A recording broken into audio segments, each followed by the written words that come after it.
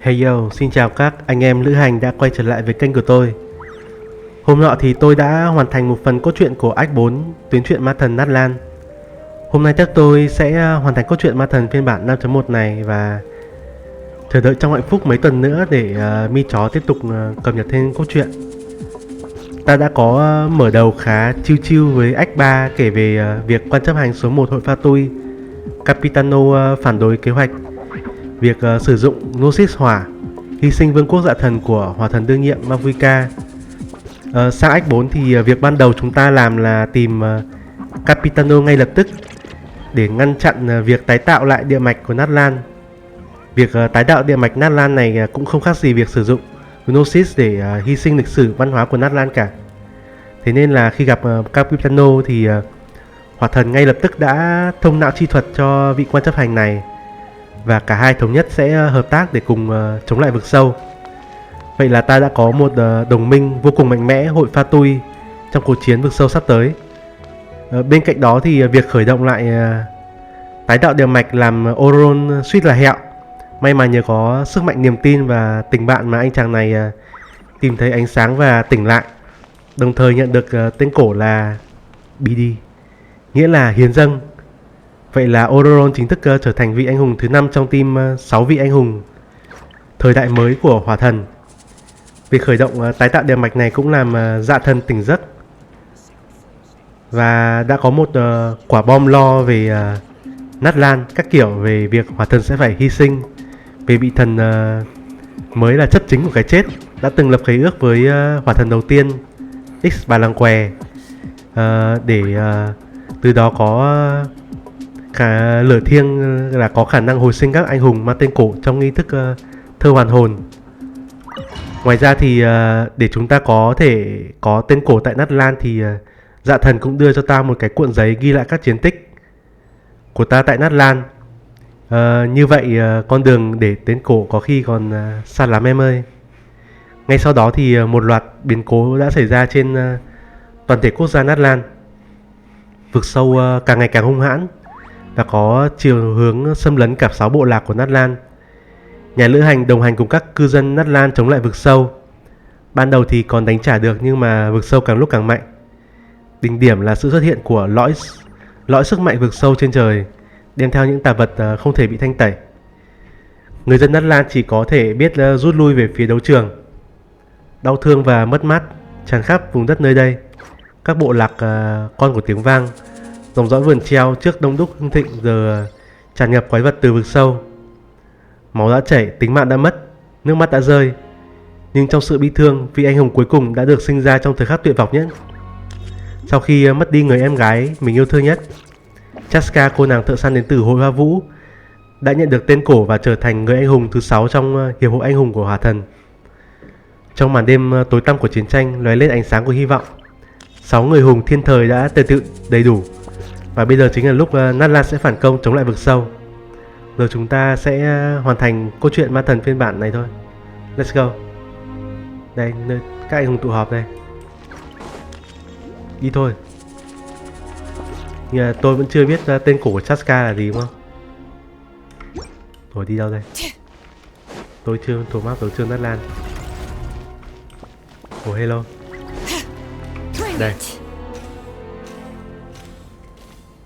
Đây rồi, 6 vị anh hùng đây rồi. Chúng ta làm nghi thức gì để đấu lại cái lõi vực sâu đang trên bầu trời đây. Giờ kiểu Natlan đang tràn ngập trong tà khí của vực sâu. Chỉ một màu tím bao phủ xung quanh, màn đêm bóng tối các kiểu. Đây 6 vị anh hùng 6 bộ lạc đây. Đây là cư dân suối nước. À đâu, cư dân suối nước này, dòng dõi vườn treo này, chủ nhân bóng đêm này, chú phú, cộng đồng chú phú này, hội hoa vũ này, con của tiếng vang và hòa thần. Our victory begins in each of your minds. So ignite the spirit of victory for me. Chiến thắng. May no further lives be lost, and no one else may to suffer the loss of their loved ones. As long as blood still runs through your veins, even the tiniest spark of steel against stone can ignite a flame.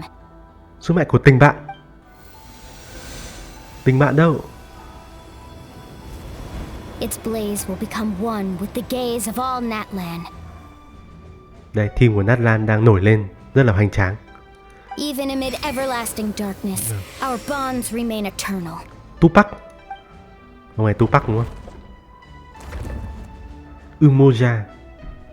Stone engraved in echoing peaks. Tên cổ Silone là gì nhỉ? Tôi quên mất tiêu rồi. Đá lửa bùn. Tên cổ Silone là chúc phúc à? Chúc phúc là cái gì? Hội tụ phân tán tái sinh từ to tràn. Sau này tôi cũng chưa làm cái nhiệm vụ truyền thuyết của Silone. Vì ngọn lửa tái sinh vén bình minh rực rỡ. Yansan hình như là tôi không có tí kiến thức nào về Yansan này. Anointed with flames, Ngọn lửa rực she cháy shone with the light of 1,000 stars. và sáng rực rỡ như giải ngân hà. Nhưng mà Yansan là Electro mà, Guide me in my first step. là lôi mà. Having foretold his own death, Oron cũng là the lôi. omniscient man holds a feast in Hai lôi, celebration. không có băng à? Từ tuổi trưởng nhân bóng đêm là sẽ phải dùng hệ Let băng us giống raise kiểu our cups bà in Sidali. honor of his heroism and send him off with this final tribute. Hiến dâng, For at last, đi đi. his wish is now fulfilled. Củi lửa ngày xưa, ngọn lửa của bây giờ đều là những sự sống không bao giờ ngoảnh lại. Malipo. Mọi việc đã làm, ngọn lửa sẽ chất vấn. My life's suffering shall be my epitaph. Đây rồi, Chaska đã dẹp nỗi đau To mất remember đi the em pain gái, I endured, and finally transcend it. vượt qua chúng. Kiểu vượt qua, kiểu transcend. Cái tên cổ nghĩa là transcend là vượt qua. Cái tên cổ thì nghe vượt qua Heroes nghe of the ages, our moment has finally come. kiểu tên tiếng Anh thì hay nhưng mà tên tiếng Việt nghe nó có vẻ hơi quê quê. Ồ, cutscene. Đây rồi, sức mạnh của 6 anh hùng.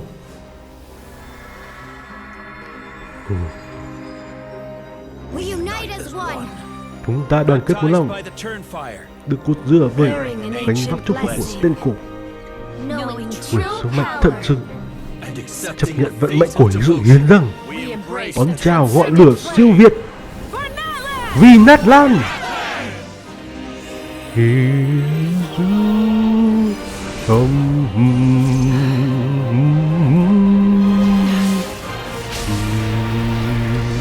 Ngọn lửa vĩnh hằng tiêu diệt vực sâu.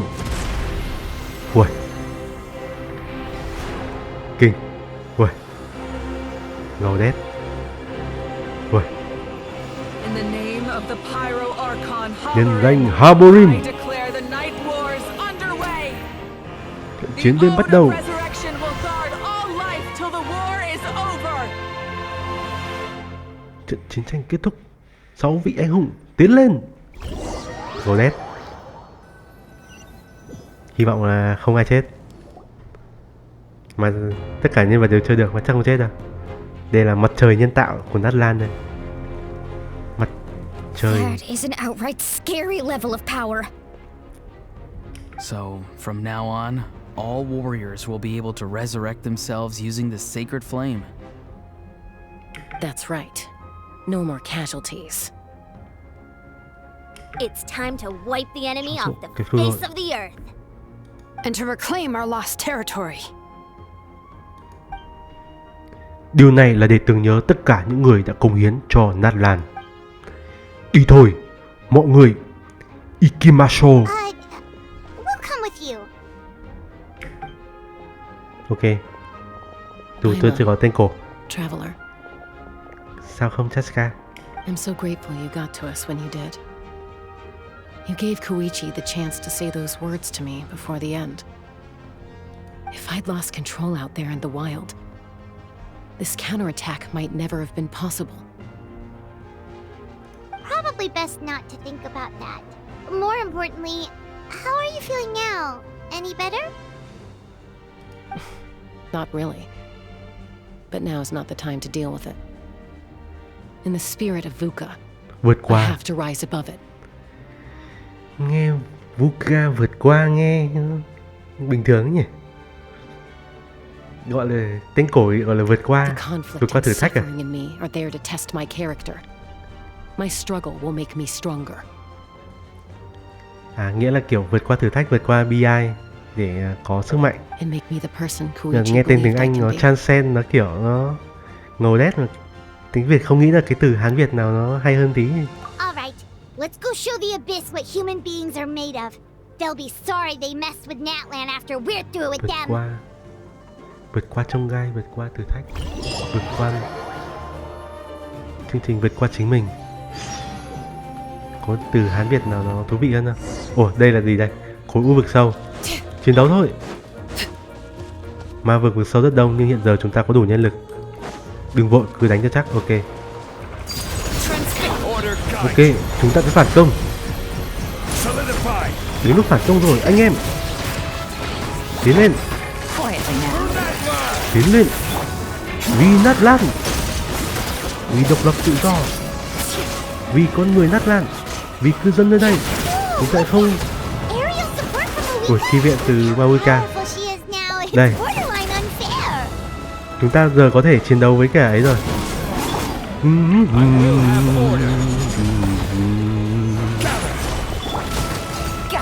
Ok. Như đây là team của Natlan đang đứng đằng sau đúng không? Không phải team chiến đấu mà team của Natlan luôn. Ô chi thò gì thò.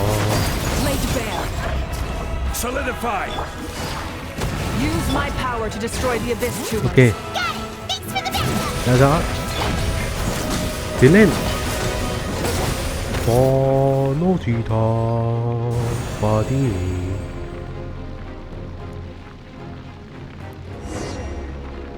Đẹp dạng người mà không chói lóa là mặt trời của Mabuka. Ô, tôi cần hồi máu nhé. Mất khế ước sinh mệnh của tôi mất. Sorry. Đi đây. Ồ. Yeah, lướt sóng.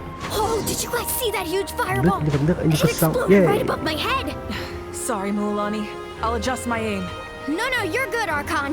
It didn't hurt at all. Plus, it was freaking cool. Not great for your eyesight, though. Oh yeah, fair point. Chúng ta lên đảo trên trời à? Đảo trên trời đâu? Không phải. Ở hó đâu? Ở hó. Bất kính. Thứ bất kính. Vãi. Mặt trời. Đẹp tặng người mà không chói lóa là vầng mặt trời của Mabuka. Sáng trong ánh trăng đến rằng mặt trời của Mabuka đó. Hỡi Mabuka. Mabuka là mặt trời. Mặt trời mùa xuân êm dịu. Hỗn loạn quá. Cái gì đây? Đây. Ô. Đúng rồi, các cư dân. Chúng tôi đánh chiến đấu rất sâu nặng.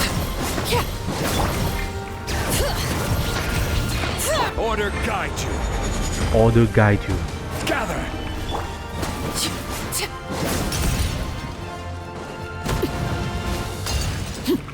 Laid bare. All right. Solidify. The enemy ranks are thin. Time to double down. Use the Pyro Archon's power and show no mercy. Được rồi, Ororon, tôi đã xong. Một khu cổng vực sâu thứ hai đã bị tiêu diệt. Ok, đừng linh hồn đâu.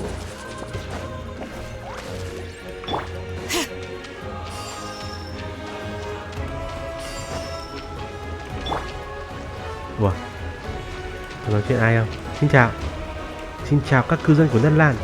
Tôi đến để trợ giúp các bạn đây. Xin chào. Tôi sẽ đến cổng linh hồn tiếp theo. Kachina, over here. I'll send you up. It'll be quicker. Wow, nó đường linh hồn quá. Đến lượt mình rồi. Mũi khoan xoay tròn Martini. Okay, everyone's safe. Gritty, please go on ahead with the others. I just need some more time, I promise. I won't won't hold things up. Ồ, nó rõ. Và Silali. Bộ lạc chủ nhân bóng đêm mất rồi. À, chủ nhân gió đêm sao rồi?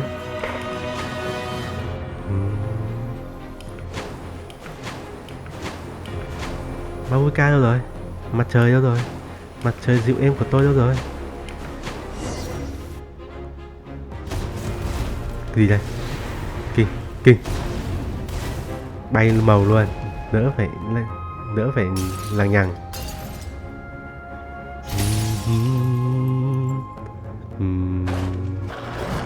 Đỡ lòng à. That sacred flame has got me pretty fired up. I'm ready to put for a whole army of monsters. Everyone, nothing's now off the table. So charge! Let's give them everything we've got. Sống lên. Vì tự do của Natlan. Yeah. Tổng số tử vong đã giảm, ma vật hoạt động đã giảm, đã không còn hỗn loạn nữa, chỉ có tổn thương thôi, mà không còn cực mạnh nữa mà khá mạnh thôi. Sắp được rồi. Ma vật từ con tiếng đã bị tiêu diệt sạch sẽ rồi. Em cũng đã xử lý xong khối vực sâu rồi. Ok, cư dân suối nước cũng không sao rồi. Chủ nhân bóng đêm không sao, Chaska đã xử lý rồi. Ủa, tệ à? Chaska. Ok, đã xong. Trả thù cho em gái thành công. Không sao, đây là chính là sức mạnh. Đây chính là sức mạnh của vượt qua. Vuka. Một thủ phú à? Một thủ phú không có thông tin gì nhiều nhỉ? Không được nói chuyện Ansan. Varesa là chắc là trưởng bộ lạc hay là một cũng như nhân vật chơi được trên cộng đồng chủ phú đây. Xem ra tất cả đều không sao. Hình như vực sâu yếu đi rồi. Ủa, vườn treo còn ổn không? Vườn treo hôm trước nhìn qua thấy chả còn bóng người. Ok, chúng ta đã có thơ hoàn hồn. Đợi đã. Hình như vực sâu đang triệu tập một đám ma vật để xông về phía đấu trường. Xem ra chúng cũng nhận ra thơ hoàn hồn là rắc rối lớn nhất, nên chúng muốn phá hủy lợi thánh. Ok, đến đấu trường trận cuối nào. Ok, cứ ra cho tôi. Đây chính là trận chiến cuối cùng của chúng ta. Tôi có thể giữ được cái tàu hội thoại dưới này không? Tàu thoại dưới này ngầu đét luôn. Tấn công. Vì Skyrim. À, ý lộn. Vì Natlan. Vì Narnia. Ủa. Ủa. Ủa, sao thế rồi? Ủa, quả thần núc con này à? Đâu rồi? Vì Natlan. Vì Natlan. Vì Natlan. Nham thần đưa đến trợ giúp Natlan đây. Ok. Vì Natlan. Vì Natlan. Quả thần núc tôi phát. Khỏe quá, núc rồi. Núc. Ồ. Thank you hỏa thần. 53 con gà.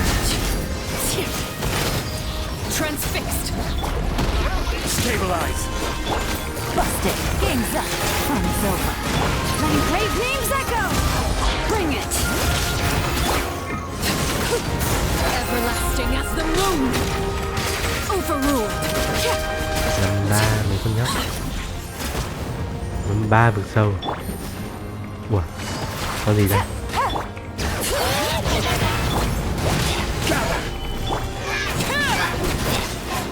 Gì không? Ôi, khỏe quá. Hòa thân giúp. Ok, hòa thân đã đến trợ giúp. Vì Natlan. Đây mới gọi là chiến tranh. Năm ba mấy cái trận chiến ở bên Inazuma nữa là gì? Ui, vẫn có những người ngã xuống. Không sao, vẫn còn sống. Chúng ta có thức hoàn hồn mà. Đây, mặt trời.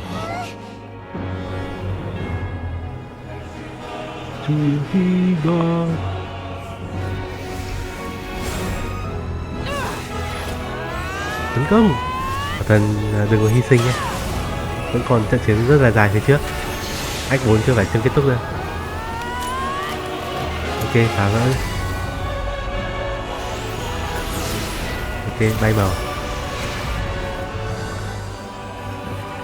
Ui, ui, cái gì vậy? Mặt trăng à? Cái gì vừa hiện ra vậy? Bầu trời thực sự à? Bầu trời thực sự mà môi chề nói trong phiên bản 1.1 à? Môi chề như là nói trong phiên bản 1.1 là bầu trời trên đầu chúng ta là giả tạo đúng không? Cái đấm phát là thấy bầu trời thực sự luôn. Như là chúng ta đang vũ trụ gì đó. Rìa vũ trụ.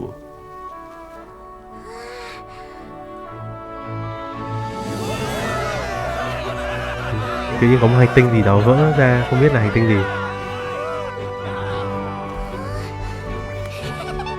Ok.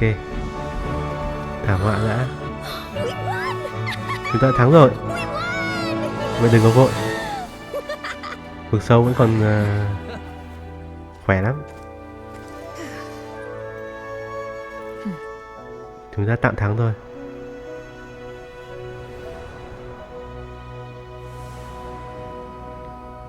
Vậy chúng ta đã xong chương 4. Xong act 4. Nhưng mà tôi nghĩ là mọi chuyện vẫn chưa kết thúc tại đây đâu. Câu chuyện mới có 4 phần thôi. Bình thường câu chuyện ma thần lại có 5 phần. It is a victory forged by each and every one of us, and we should all be proud of what we have accomplished. We emerge victorious from another crisis to declare, our beloved Natlan is saved! Yeah. I must caution that this war is not yet over.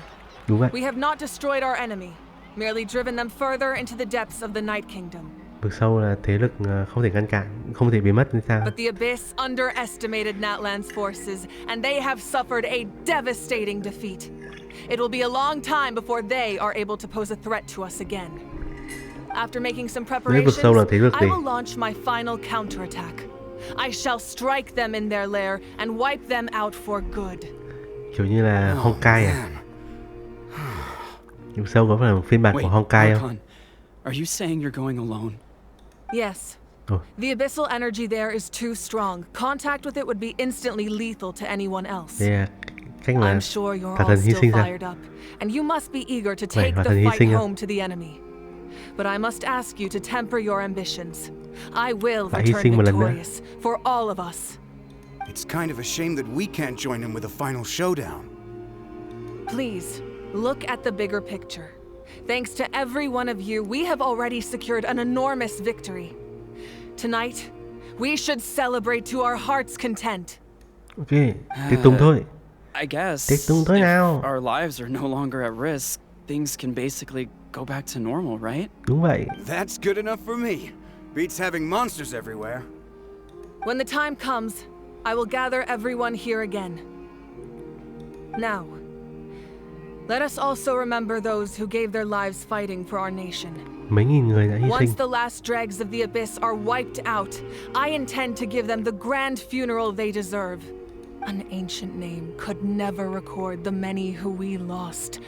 But no hero of Natlan should be forgotten.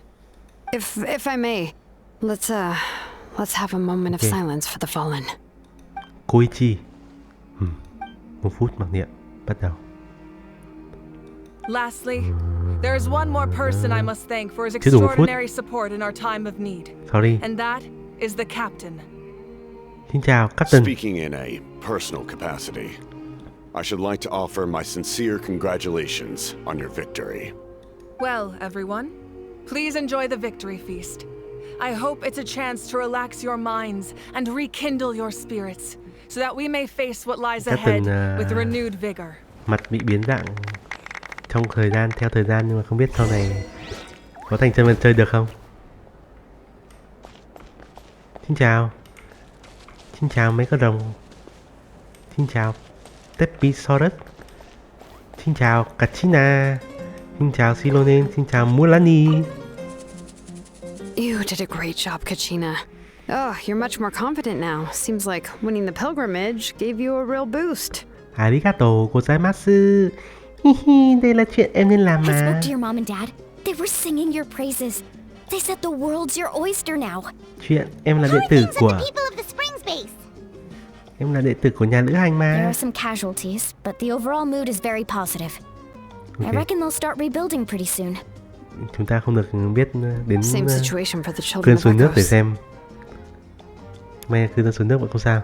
Gì Ataya chết chưa? Nhưng mà em vẫn có chút buồn. Có người vẫn không được thơ hoàn hồn bảo vệ. Sau khi về nhà em sẽ thắp nến cho họ. Oh, that's a great idea. Let's do it together. Let's hope that their sacrifice marks the Wow, beginning of a gì new Ataya age đâu? for Natlan. Không có thông tin An gì age Ataya chết of chưa? unprecedented peace. Xin chào. Oh, wow, if you're making candles, I have some materials you can use. They're in the Ok. Được, nhưng mà kho của chị lúc vào em sẽ cẩn thận chút vậy. good point. I'll go instead. Ồ, chân có nhũ hay cái gì lấp lánh này. Xin chào ở hó, xin chào Knick. Xin chào Ian San. Nhắc Knick, người đúng là may mắn đấy. Thế mà cũng không chết. Bây giờ độ cơ nhẫn của ta dành cho người khá thấp. Đừng có mà dùng thái độ đó để đánh giá chuyện này. Unless you want to get punched in the face. What is it with you, Ahau? Why are you Đấy, so ở hó. incapable of being nice? Tại sao? Ở hó. Đừng có mà thắng được một trận chiến mà vội đấy mặt nhé. Nếu không phải là thánh cư long cư hu ho toàn năng tới đây phát huy sức mạnh thì các người đã hóa thành tro bụi rồi. Được rồi, cũng nên thưởng cho kẻ xứng đáng. Cho người chủ nho này. Ê, đừng có ta là con vẹt chứ. Ta là con rồng thánh long cư hu ho đấy. Tình hình của dòng dõi vườn treo và cộng đồng chú khối nào rồi? Bưu tá là nhóm người có thương vong nặng nề nhất. Có lẽ công tác gửi thư tại Natlan sẽ bị đình trệ trong một thời gian. Nhưng may mà có rất nhiều người chịu tham gia làm thêm, nên tình hình chắc sẽ được cải The thiện. Collective of Plenty was the furthest from the Abyss's entry point, so they didn't have as many monsters to deal with. From what I hear, they got off relatively unscathed. Ok, But it might have been a different story if Chaska hadn't gotten there when Okay. she did. That's good to hear. All's well that ends well. ok, chắc cái nào rồi? Còn phải nói, mà nho này ngon đấy, tên hầu của ta cho thêm chùm nữa đi.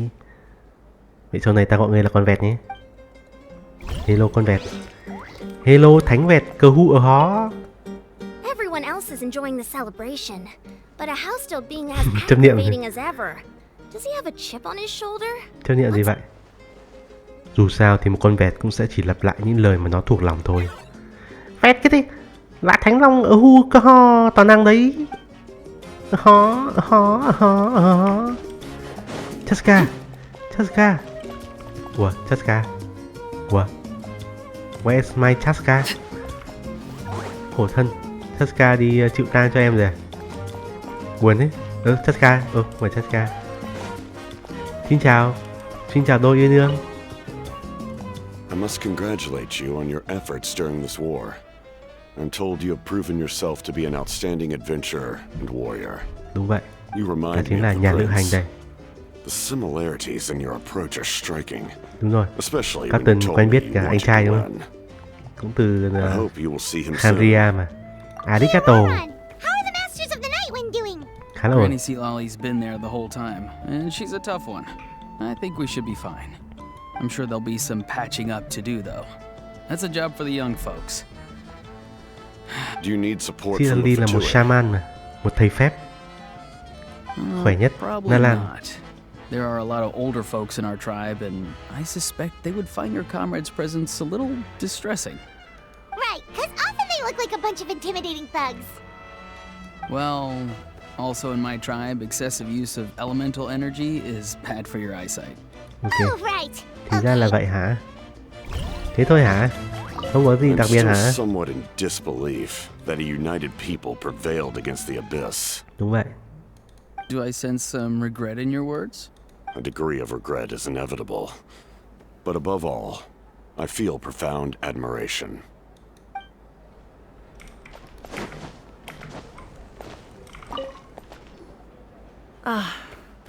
Welcome. You seem a little out of sorts. Are you just tired, or...? I guess I am. You know, when I was up there in the sky, Một I mặt could trời just- trong ta. if only I'd been quicker, Một thần Chichu. maybe they wouldn't have... Koichi. And Koichi. Koichi Maybe kun. she'd still... Koichi. I'm sorry. Now's not the time for that. Fruit juice, right? Không, uống rượu đi. Rượu đâu? Make it a large? Ít ra cũng có thể thở phào nhẹ nhõm rồi. True. My 500-year plan has almost come to fruition. Just one last step to go. Namely, my final battle against the abyss. But battle is second nature to me, so I'm not feeling a huge amount of pressure. It was so awesome. The way you exploded Kì. that thing in the sky Đập with nát one cái đó một almighty cú đấm. punch. Hoàn Are you always thành. gonna have that kind of power from now on? Đây là sức mạnh của That One was Punch the Man. divine throne Cái tụ unleashing một my lần full nhỉ? potential. And it was only temporary. I can't wield that power for any length of time. My body wouldn't be able to handle it. Likewise, the amplified power of the Ode of Resurrection was also temporary. From now on, it's back to ancient name bearers only. Ok. Thu Hoàn Hồn là trước đấy là toàn bộ người dân Natlan đúng không? Bây giờ lại chỉ có tên cổ đúng không? Ok, nghe ngon. Có vẻ vui. Correct. We dealt the Abyss a critical blow.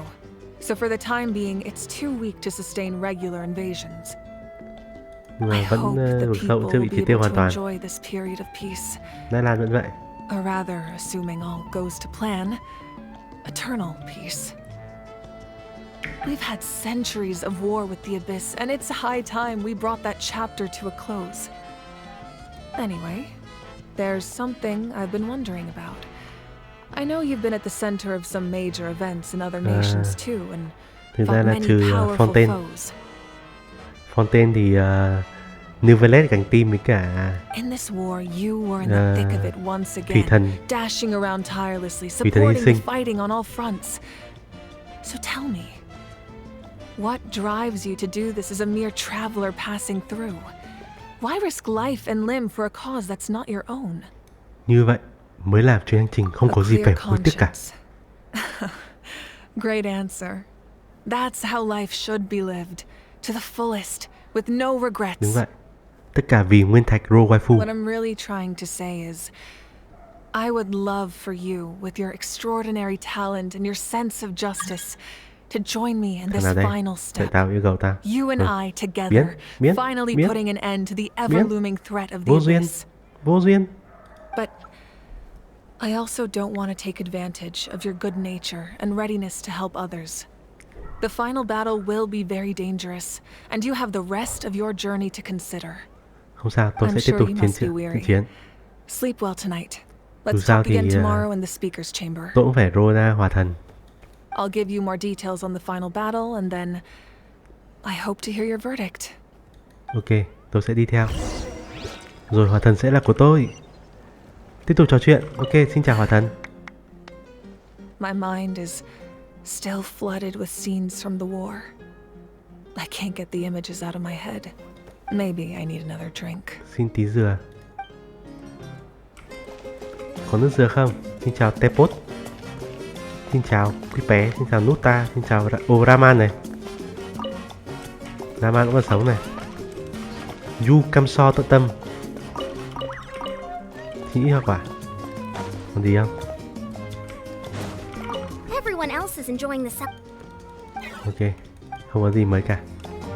Ok, đi nghỉ thôi. Nghỉ ngơi thôi. Tôi không trèo được à?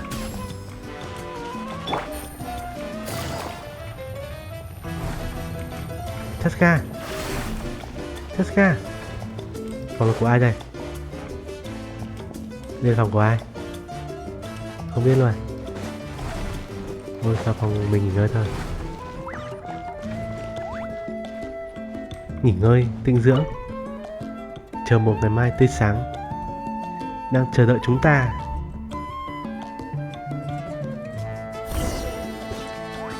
Ok, đến phòng quản lý tìm Mavuka thôi. Đi thôi. Xin chào, tôi hôm nay tới đây để gặp riêng Mavuka. Có tí chuyện. Ủa, cutscene rồi. À nhầm, vào có chuyện. Sao xí Lali? Cô tìm tôi có việc gì vậy? Hey, traveler, Paimon. There you are. I've been looking all over for you. Ok, tôi đây. Oh, hey, sweet Lolly. What's up? Listen up. I have something really important to tell you. Chuyện gì vậy?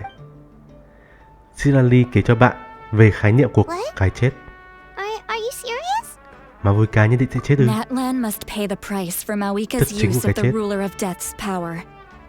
That price is death. And only Mawika's death can clear the debt. Ok. I had thought that the ruler of death might have a change of heart after seeing the people of Natlan come together and fight so bravely. But even now that the war's over and the threat to Natlan is gone, it looks like that death is still set in stone. I had to know your thoughts. I want to save her, but I can't do it alone. Tôi sẽ cứu Mavuka. Okay, good. That makes me feel a little better. Ok. Rồi sao? Thank you for standing up for us. Thế thôi à? There's clearly something special about you, so if anyone has a chance of defying the rules, that would be you. Rules are made to be broken. Oh, and please don't breathe a word of this to Mawika. I'm sure she's well aware of the cost of using the Divine Throne's power, but if she finds out that anyone else knows, it could ruin our chances to help. Got it. Okay. Mum's the word.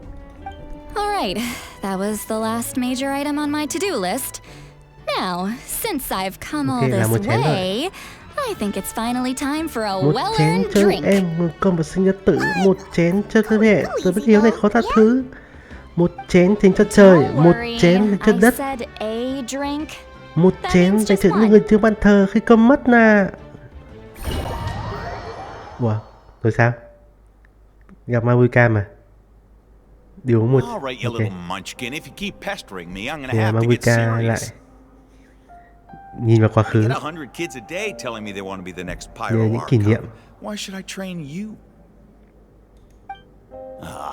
Nagging isn't going to accomplish anything. No one can predict the future, and unless you have some exceptional jaw-dropping talent I'm unaware of. I can shoot those cornflakes in your kitchen from right here. Okay. Don't Vậy là Mavuka là you couldn't make that shot from all the way over here. Wait, hold on, you could hurt someone with that. Dùng cung à, không phải dùng đại kiếm à, không phải dùng. You made the shot. The science of the canopy raised him tough. That's some real skill you got there, little lady. Maybe you really will be Pyro Archon one day. Ồ, thật à?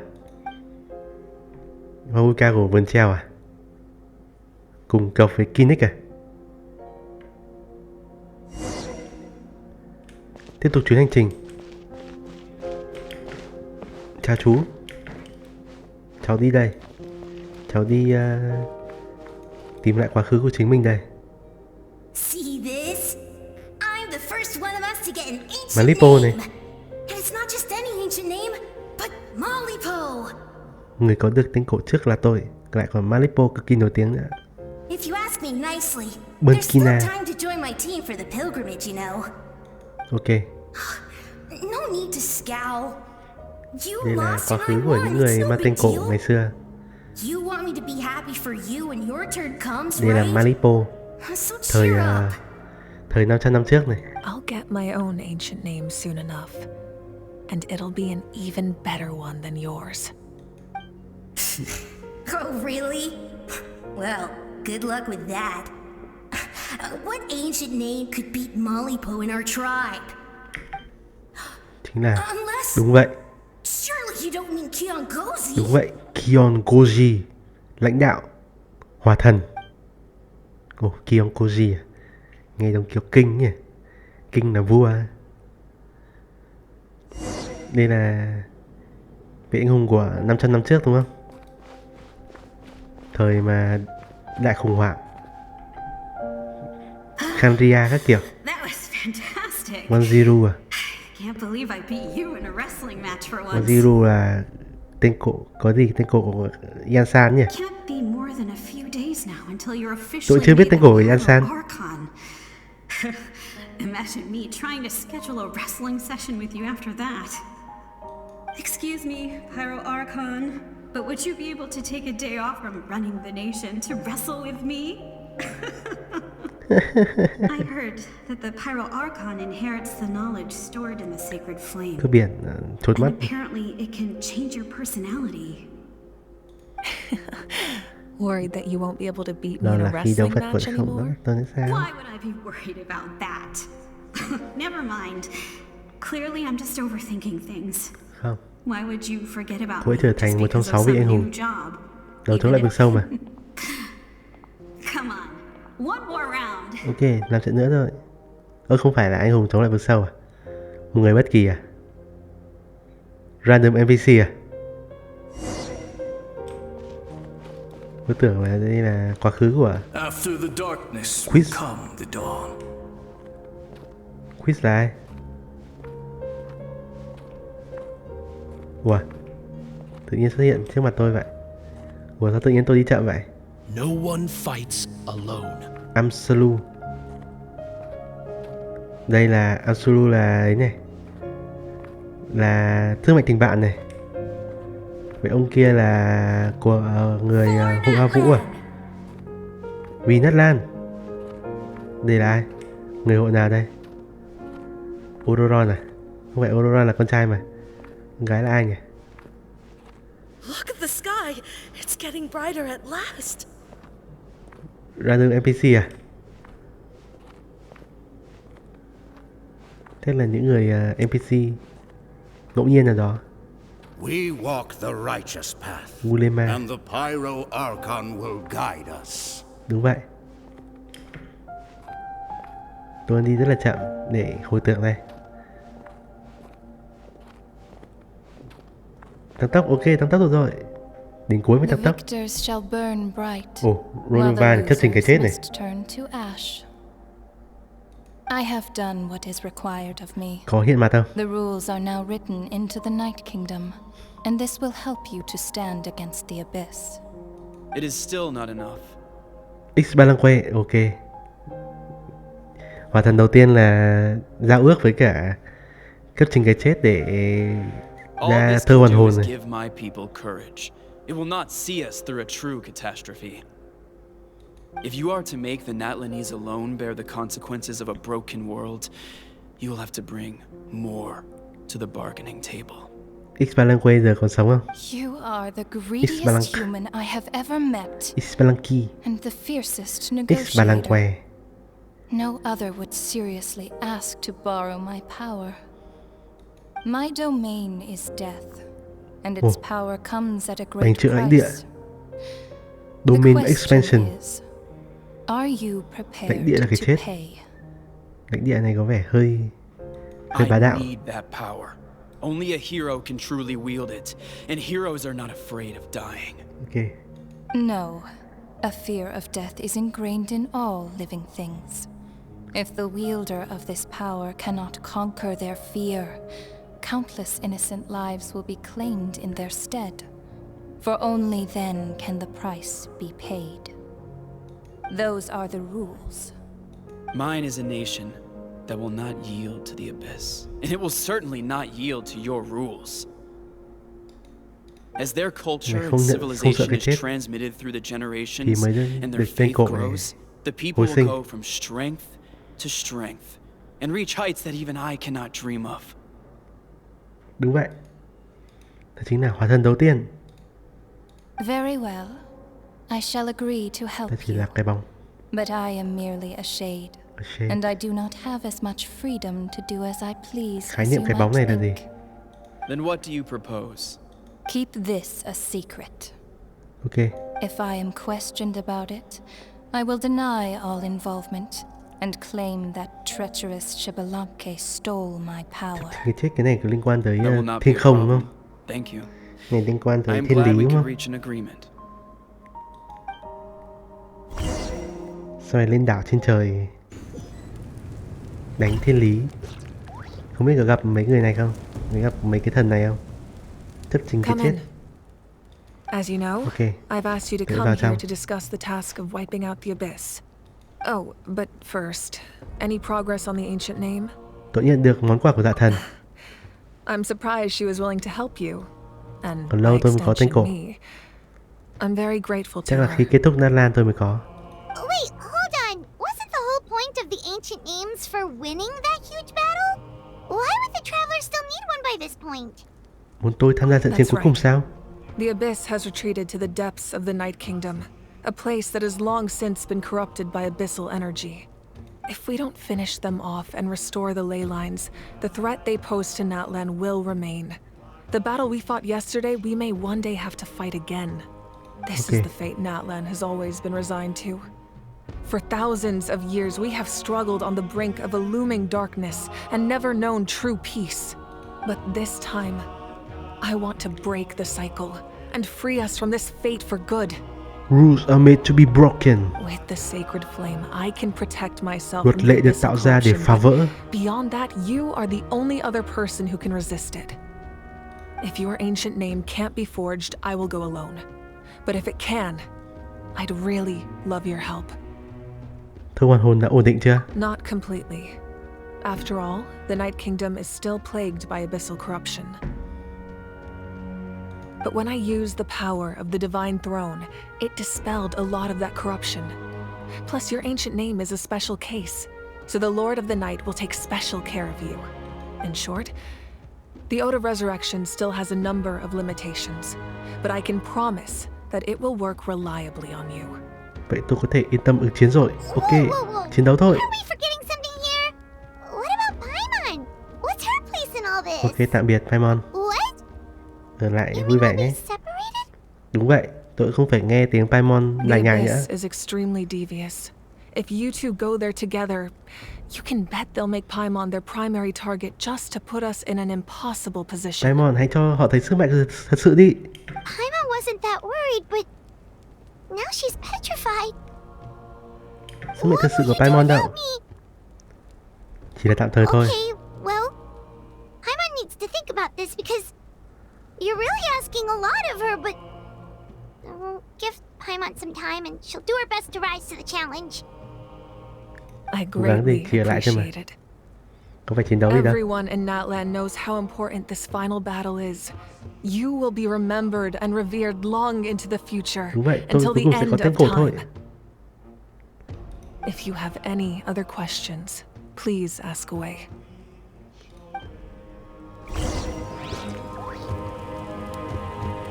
Tôi muốn hỏi về anh trai của tôi. As I've said, if you have any other questions, please ask away. Về tình hình sau trận The chiến. work of rebuilding is underway, and people are flocking to join the effort. With everyone rallying together, I'm sure it won't be long before there's no trace left of the damage done by this war. The healing process, on the other hand, that's a bigger obstacle to overcome. Many are grieving, and there's simply no replacing the ones we lost. As the sun rises once more and we rediscover the ability to believe in the future, we must never forget their sacrifice. As I've said, if you have any other questions, Về mảnh please ask vỡ away. trên không của bầu trời giả. Ồ, kinh nhìn thấy cả bầu trời giả luôn này. False sky. I have heard Cái this này từ expression tận before, but I 1.1 think this was hồi the first proof of its existence. nhiệm vụ có môi chề lần đầu tiên xuất hiện I này. think there's a lot of investigating to be done to understand what the fragments behind the sky are and why they were hidden in the first place. However, from what the Adventurers Guild tells me, neither the split sky phenomenon nor the fragments have ever been observed in any other nation. Vậy cần một sức mạnh siêu việt mà có thể nhìn thấy cái bầu trời My đấy. guess is that the Heavenly Principles wants them kept a secret. I just hope they don't cause Okay, me any thiên lý. trouble over it. Thiên lý muốn Should nhìn be cái gì? fine. We did something Thế giống much gì? crazier back in Fontaine and we're still here. Đúng vậy. Đã lên sẽ bị nhấn chìm. Well, that's good to know. Anyway, The line I'm going with for the masses is astronomical anomaly, and I don't expect much of a backlash. Meanwhile, we can look into it at our own pace. As I've said, if you have any other questions, please, that wasn't their souls we saw, but a snapshot of them in time. All the work of the ancient name engravers 500 years ago, who made some special modifications to their names. Their souls returned to the Night Kingdom long ago, and will have been reborn in Natlan since, albeit in a different form. For all we know, they may have already lived many new lives by now. And so, even though we will never meet again, they will always be by our side in one way or another. I think that gives another layer of meaning to the phrase no one fights alone. Ta sẽ không chiến đấu một mình. As I've said, if you have any other questions, please, we have a temporary alliance. But I can tell that saving Natlan is not his only goal. Yeah, Paimon still doesn't get why saving Natlan would be so important to him in the first place. Unless he's just a good guy who wants to avoid another Conria. Anh Liêm. But somehow Paimon doubts it's that Capita Liêm. I wouldn't worry too much. Based on all the interactions we've had with him and knowing more about his background, I have a lot of respect for him. I don't think he has any ill intentions. Now, we should focus on the final battle. As I've said, if you have any other questions... anh Doctor xấu thôi, còn phát tu hầu hết là Liêm hết. Sẽ ngồi đây ngắm hỏa thần.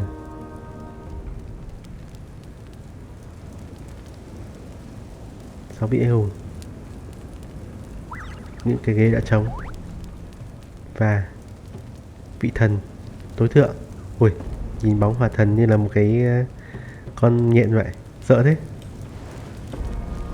Ui, tóc rối bời ấy này. Chào thần. Tôi sẽ gặp lại cô sau một phiên bản nữa. Và đến 5.3 tôi sẽ lôi được cô. Hãy đợi tôi nhé. Giờ tôi đi đây. Bye bye. Đi thôi. Lối ra. Tạm biệt Himeko. Tôi sẽ bước qua cánh cửa này. Và tôi sẽ bước vào thế giới thực.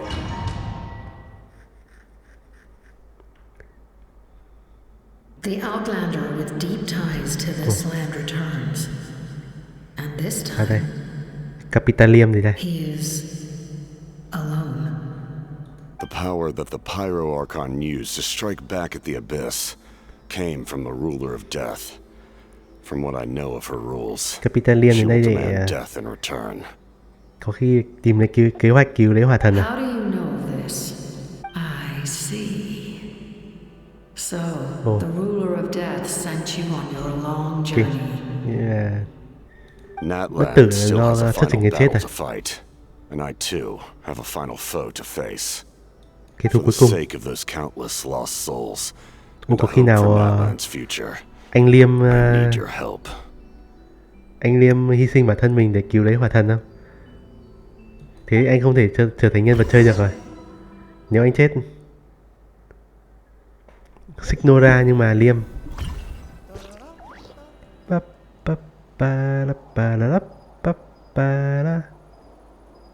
Rồi sao? Natlan, đấu trường lựa thánh. Đã xong nhiệm vụ. Act 4 kết thúc. Natlan đã yên ổn. Mọi thứ đã trở lại đẹp đẽ. Đây chính là những ngọn nến nơi mà những người đã hy sinh xuống. Những ai đã chết ở nơi đây. Họ sẽ luôn hướng về Natlan, luôn hướng về đấu trường. Mong Way Off sẽ ban cho mọi người sự yên bình. Người trên thế gian hãy để lại bài thơ cho những chuyến hành trình này. Sau đó là rất nhiều những cái tên người đã khuất, được biết về những người thương tiếc. Trong đó bạn nhìn thấy nhiều cái tên quen thuộc. Waita,